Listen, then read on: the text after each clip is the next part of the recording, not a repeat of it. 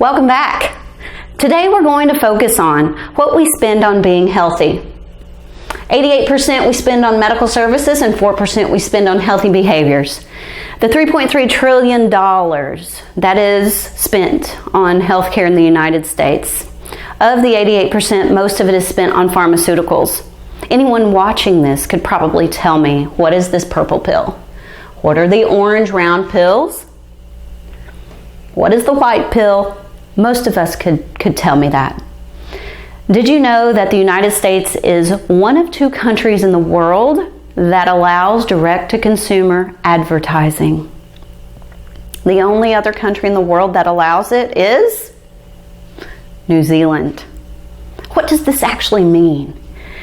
On average, pharmaceutical companies have spent $5.2 billion on advertising. Translate this to your living room. That means, on average, 80 commercials per hour crosses your screen in front of you and your children, with the last part saying, ask your doctor if this pill is right for you. And not only that, 9 out of 10 of the major pharmaceutical companies spent more on marketing than research and development. As a physician, that's shuddering. I would hope that more dollars would be spent on finding cures, pharmaceutical treatments for our worst diseases, not on advertising in front of you most of the drugs that your good doctor already knows if they're right for you. And so what does this mean for our population? I'm going to switch the slide and show you how many pharmaceuticals are we on average. Don't get lost. I want to first draw your attention here to age ranges. Go ahead and find your age. Over here, we're going to start with the pink box. We are on average 12 prescription medications per U.S. citizen. What's more astonishing is that it begins from 0 to 18. From birth to 18 years, we are on an average of 4.2 pharmaceuticals. And if you watch the numbers in the pink boxes, for every age range, we are not decreasing in number, are we? No. In fact, if you live to be 80 or over, you will be on average of 29 pharmaceuticals per person. If you look over here, you'll notice a downtick or a negative here in these ranges here. And you would think, right, if you said, well, that's when we get off of medications. But from our previous videos, you will now recall, no, that's actually when we are expected to die. 77.3 years on average we live, and that is reflected in the downtick of the number of pharmaceuticals we're on per year. Interesting, isn't it?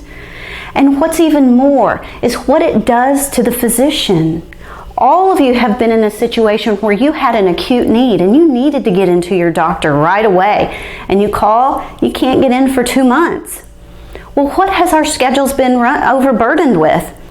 Chronic, recurring needs for prescriptions. And to the point where physicians have limited space in their schedules for acute needs. Understand, the acute needs are what physicians were created for. Have a baby, need a surgery, need an ER visit, attention. You bet, that's what we were created for. But we have been turned into chronic care doctors. And we have a lot of pharmaceuticals to write because of that. And so the question is, what has then arisen in our societies to address that concern? You would be correct if you said urgent cares. Absolutely. And so when you go to your urgent care, you get discharged with orders to go see your physician. But you can't get in to see your physician. It's an interesting concept of what happens. Let's look now at the 4% we spend on healthy behaviors. And let's see how that relates to premature death. We see here that the leading contributors to premature death are diet and inactivity, tobacco and alcohol, all of which are choices, lifestyle affecting choices.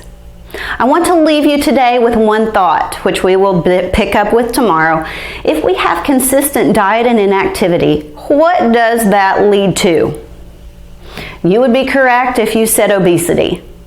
Keep that thought in mind, and I'll see you tomorrow where we will pick up where we left off.